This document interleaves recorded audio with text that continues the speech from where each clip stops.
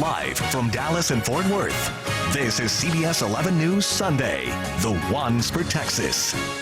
Good morning and welcome to CBS 11 News this morning at 7. I'm Madison Sawyer. Jennifer Lindgren is on maternity leave. Meteorologist Jeff Ray joins us with a first look at the forecast. Jeff, yesterday was the hottest day of the year, but today we can expect somewhat of a cool down, right? Yeah, yesterday hit 98 degrees at DFW because that thunderstorm activity really waited till the very end of the day. So we got plenty warm. Now this morning we're waking up with some cloud cover around. This is time lapse out of Fort Worth. You see the clouds already starting to break apart. And we do expect mostly sunny skies here across the morning as temperatures start pleasant enough in the low 70s. 71 Fort Worth. Denton, you're at 71 degrees as well. Now the rain from yesterday afternoon, early evening held together all night and continued to move down to the south as it weakened. There was no more severe weather after it came across the Metroplex.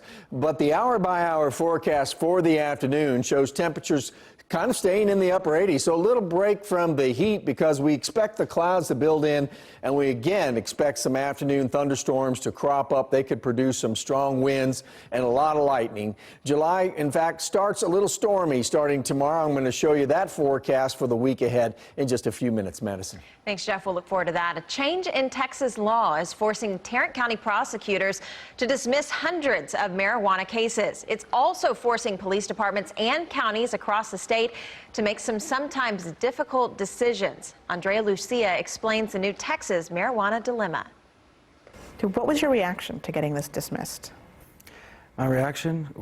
That I was extremely thankful that I have another chance at life, ultimately. This Fort Worth resident, who asked we not show his face, is one of hundreds of Texans who've had marijuana charges dropped this month because of a change in state law. I was nervous. I don't really get pulled over much, but I was shaking a little bit.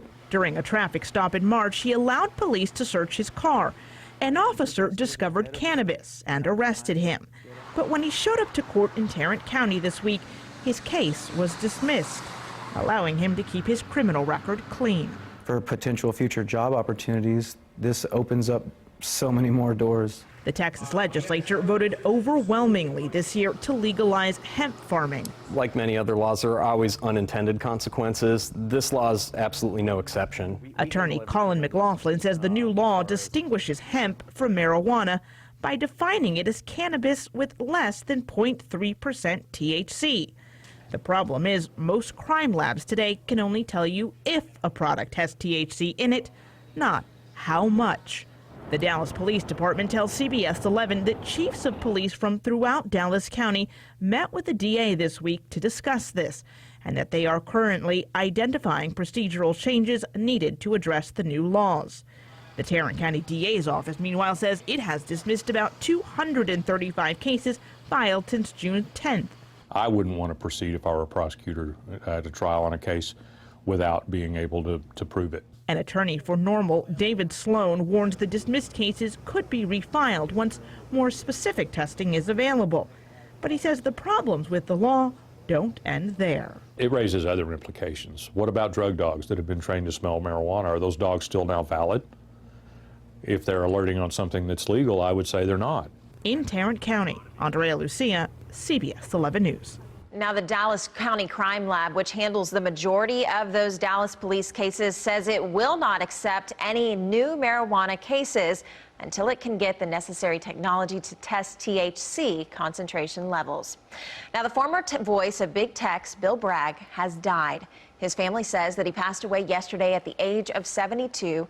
Bragg became the iconic voice of the giant statue in 2002 and greeted guests at the State Fair until 2013. The State Fair of Texas released a statement saying that, quote, he was larger than life and will be missed. In Utah, a tragic conclusion in the search of a missing college student. Police have found the charred remains of 23-year-old Mackenzie Lewick in the yard of the man accused of killing her. CBS News correspondent Jonathan Vigliotti reports. Police tell CBS News 31-year-old Ayoola Ajayi had no prior criminal history in the state of Utah, and they have found no connection to other missing persons cases. Following his arrest Friday, Ajayi was charged with kidnapping 23-year-old Mackenzie Lueck and murdering her. Evidence of charred remains were unearthed in his backyard. Several charred items that were consistent with personal items of Mackenzie Lueck. Other charred material was located, which has now been determined to be female human tissue. And a local contractor has come forward, claiming Ajayi asked him in April to build a soundproof, hidden room behind a secret door at the house. Never. I have never, ever had anybody ask me anything like this.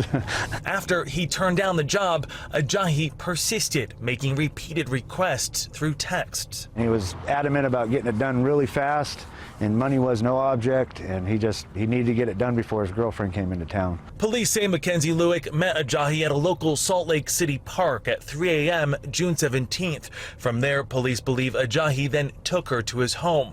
The next day, neighbors reported a large fire coming from the backyard.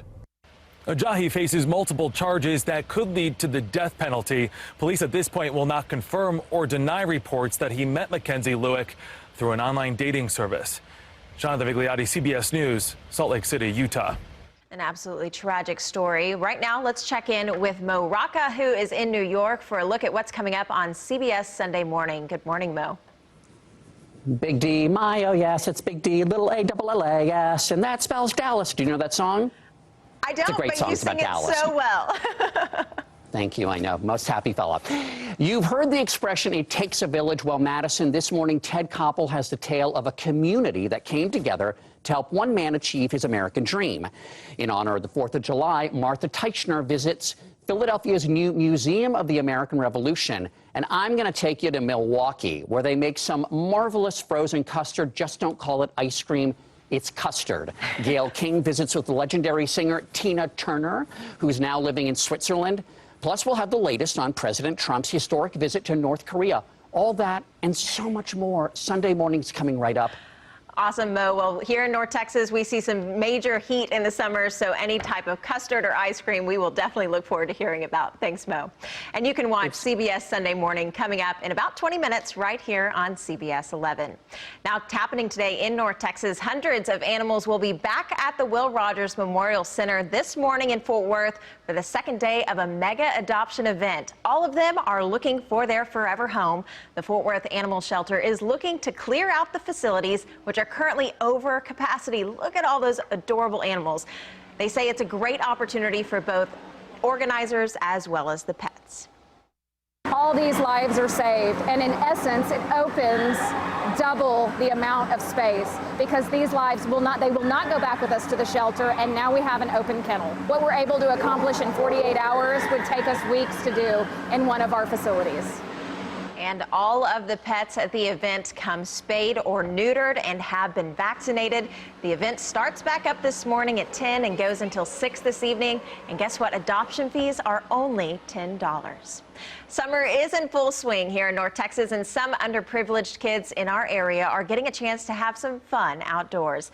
It's all happening at a camp designed to bring the summertime tradition of going to camp to those who otherwise maybe wouldn't be able to afford the opportunity. Ken Molestina has the report. How long did it take for you to collect the horseshoes? Did y'all collect them?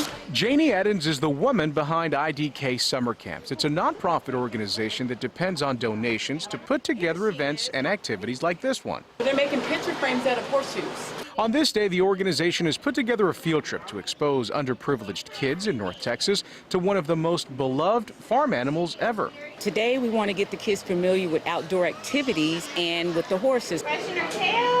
This outing with the horses is part of their summer camp series put together for children who wouldn't normally have access to these kinds of activities. We have some kids that are coming from foster homes. We have some kids that are coming from single parent homes. And we have some kids that the parents just can't afford to do things because they work all day. Just let it go. Let go of it. Oh! I've been actually here learning about different horses, what's their names, what they eat, And like, how do you supposed to wash them? There you go. Good job. All the children invited to the summer camp were chosen from online applications on IDK's website. They're all between 4 and 17 years old, and it's clear they're having a great time. We get to have fun and do every stuff that we never did in life. The outdoor camps are part of the foundation's focus to fight obesity by teaching young children how to live active lifestyles. It's something the parents are also on board with. Anything with the kids, I'm all for it. A fantastic opportunity. That was Ken Molestina reporting. Coming up next, as we approach the 50th anniversary of the moon landing, an attraction much closer to home is opening up to space enthusiasts. Get a look inside after the break.